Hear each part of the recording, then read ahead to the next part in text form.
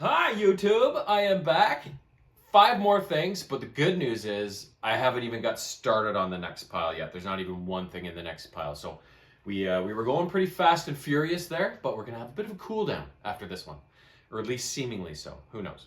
Anyways, a few books, a TV show, a video game. That's what I got for you this time. First up, Xena, the warrior princess. Go quest, young man. So this is actually the first book in a trilogy, and it was released in 1999, I believe. This first volume. So basically, what's happening is Xena and Gabrielle are on the road, as they tend to be a lot, at one of their campsites where they stop for the night before they move on to their next destination, and Joxer is with them. Now, if you've seen the Xena, the Warrior Princess show, you know Joxer is a guy that, not exactly a friend of theirs, kind of a reluctant friend. He's this boastful wannabe adventurer that thinks he has what it takes to do the same things that Xena and Gabrielle do, but he's kind of a joke. He's clumsy, he's an oaf, and he's a loudmouth, and he's always walking around singing his song, Joxer the Mighty. So, we get our first taste of Joxer in these books that I've seen so far. So, basically, Joxer is pestering them at their campsite, and he's talking about, I'm going on a quest to do this and do that. And Gabrielle's like, Joxer, there's like, what are you doing? You know, you can't do that. You're gonna get hurt, you know, whatever. And so they let Joxer, they try and talk some sense into him, but they let him go on his way. And Xena decides, well, Gabrielle, you better follow him just in case he gets into trouble. I've got to go talk to Hercules in some city, I can't remember, but I'll catch up to you, sort of thing. So the two girls get split up. Gabrielle's chasing Joxer. So basically, this quest that he's been told about has been offered up by King Menelaus. So King Menelaus was one of the main players in the Trojan War. So he's the one who stole Helen for his wife, reputed to be the most beautiful woman in all the land. And the Trojan War was fought to get her back. So this book takes place, I don't know, sometime after the Trojan War. Helen is still missing. Don't know if she's with Paris or whatever. So basically, Menelaus has this priest named Abacus, who is a priest of Apollo, who is manipulating this call for adventurers that are being holding an audience before Abacus and King Menelaus to see if they are worthy of going on this quest they are talking about. So Abacus has Apollo kind of working in his corner, and when these people come in to interview with Abacus and Menelaus, they're given a vision sent by Apollo, and Abacus interprets it to manipulate these adventurers into thinking, oh yeah, you're the one for this quest, you know, blah blah blah. So basically the quest is posed as, you need to reclaim this item that is this lost item that is important to the family and whatever, but really it's reclaiming Helen. They're sending out these people to try and find Helen so that King Menelaus can bring her back to him, and he can get back his property, right? So Joxer eventually gets to the castle where Menelaus is having these interviews. And he goes in, he's entertained as a guest. Gabrielle infiltrates the city, Xena's soon behind, and while they're there, Xena runs into the guy that she used to have a relationship with back when she was a brute. Shit, I forget his name. It'll come to me. So he's there, he's one of the people interviewing to go on this task or whatever. So while the girls are in the city, they have to not get caught, and they have to figure out what exactly is going on here. So Xena's able to kind of eavesdrop on some of these interview sessions that they're having, and she kind of gets the gist of what's going on. And so they want to escape the city with Joxer, talk some sense into him, and say that you're not going on this quest because it's not even a real quest. Like, this is just a big setup by King Menelaus, and you're probably going to die, you know. But the way events unfold, a big brouhaha erupts. Joxer eventually escapes the city, goes on his merry way. Gabrielle takes off after him, and then eventually Xena is able to exfiltrate and she takes off after Gabrielle. So as the story ends, all this action at Menelaus' castle has taken place. All three of them have escaped the city, with Joxer in the lead, passing through these checkpoints on the way to his next destination, with Gabrielle trying to catch up to him and Xena trying to catch up to both of them. So that's kind of where we leave off. So I don't know what book number 2 is going to look like, but I really enjoyed the story. Lots of good action, lots of, kind of shifty spying around and stuff. And then, of course, seeing Joxer brought into the mix is always fun, because he's such a knob. I can't wait till I run into him in that. Oh, never mind. I'm not going to tell you that, because that's a surprise for later. Book number 2, Buffy the Vampire Slayer, A Coyote Moon. This was released in 1998. It's just a thin one. It was a really quick read, but a really good story. So it's nearing the end of a summer, and Xander and Buffy are like, oh, it's going to be school soon. And Willow's like, yay, school. So they're like trying to enjoy the last bit of their summer. And lo and behold, a carnival rolls into town. And so all the kids in Sunnydale are like jacked about going to this carnival.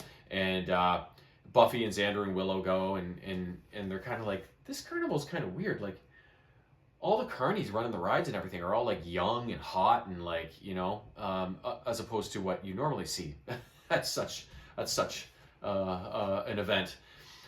So Buffy immediately is a little on her back feet, like she just gets the feeling something's wrong. But meanwhile, Xander and Willow both run into some carnies that they kind of like get the hots for. So Xander runs into this dark-haired tattooed girl named Rose, and Willow with this blonde beefcake named Lonnie, and so they kind of start seeing them every night at the carnival and kind of going on these little dates and stuff like that. Buffy tries to warn the two of them, like, something's wrong, I don't know what it is, but, be careful. Meanwhile, Xander and Willow are like, oh, Buffy, can you just not be the Slayer for once and just let us have some fun, whatever. They think she's overreacting, or she's a bit jealous because they've found people and Buffy hasn't, that sort of thing. So Buffy's kind of working on her own in this story.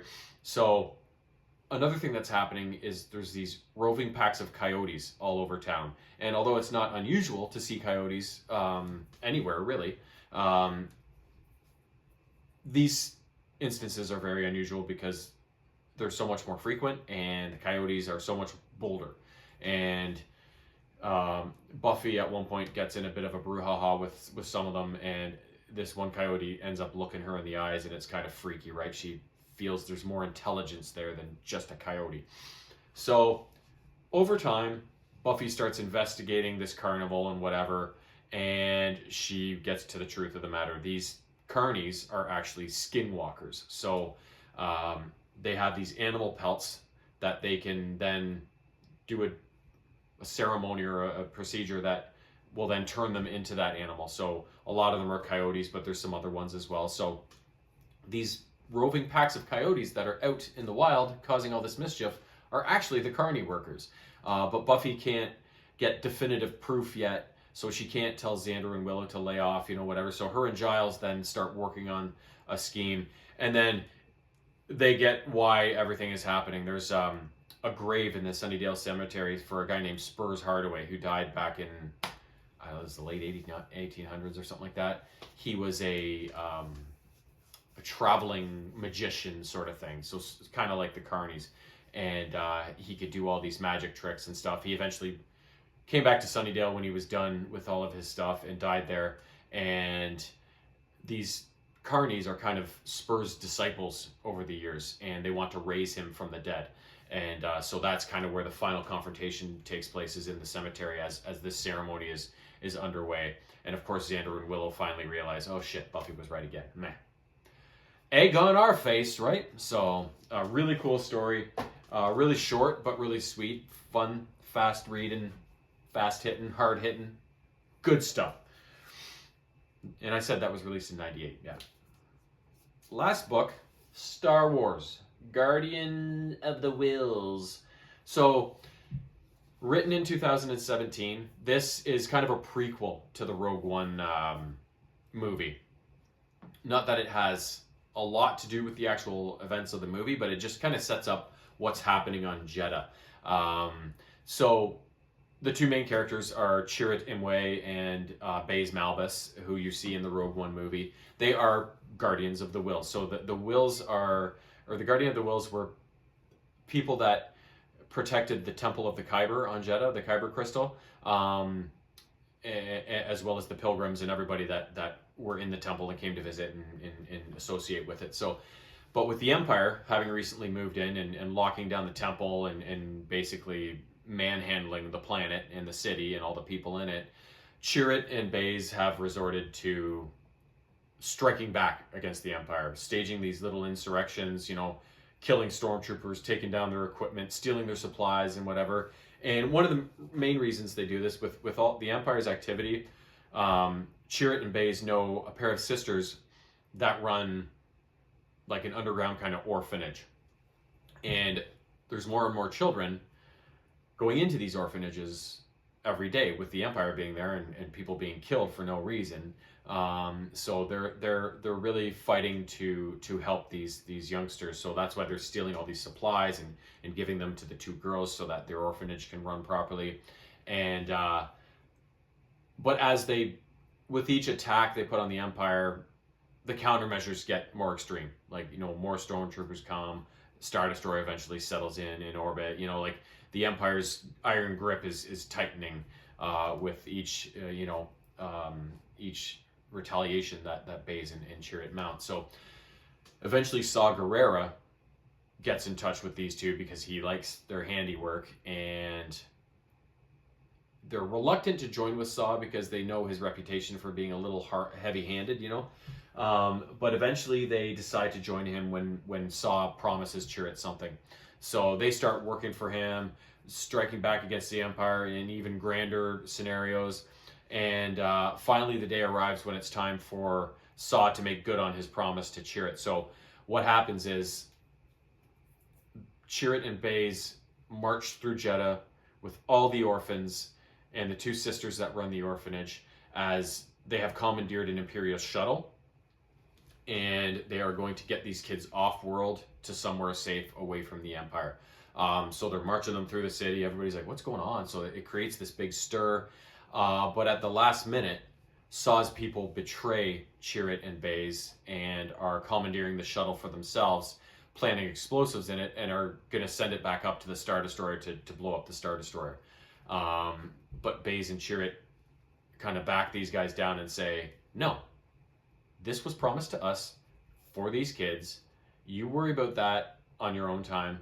And like, how much explosives you got in this little shuttle? Like, do you think that's going to take down a whole Star Destroyer? Like, this may not even work, right? So like, we were promised this by Saw, and that's what's happening. So they eventually back them down. The kids escape. Baze and Chirrut stay on Jeddah to keep fighting the good fight, and that's kind of the way the story ends. It just kind of sets up, the general feel and vibe of what's happening on Jeddah, and gives us a little more insight into some of these main characters that were introduced to in Rogue One, which is an awesome movie. You know, when people ask me what's your favorite Star Wars movie, I can't say just one. I have to include one from the original trilogy and one from the prequels. So Empire Strikes Back and Revenge of the Sith, my two favorites. And then Rogue One is kind of the outlier, the individual movie that is just as good as these episodic ones, right? So love Rogue One as well. So those are my three favorite Star Wars movies by far. Yeah, it's nice to read something like that kind of makes me want to watch Rogue One again, which I plan on doing over the Christmas holidays.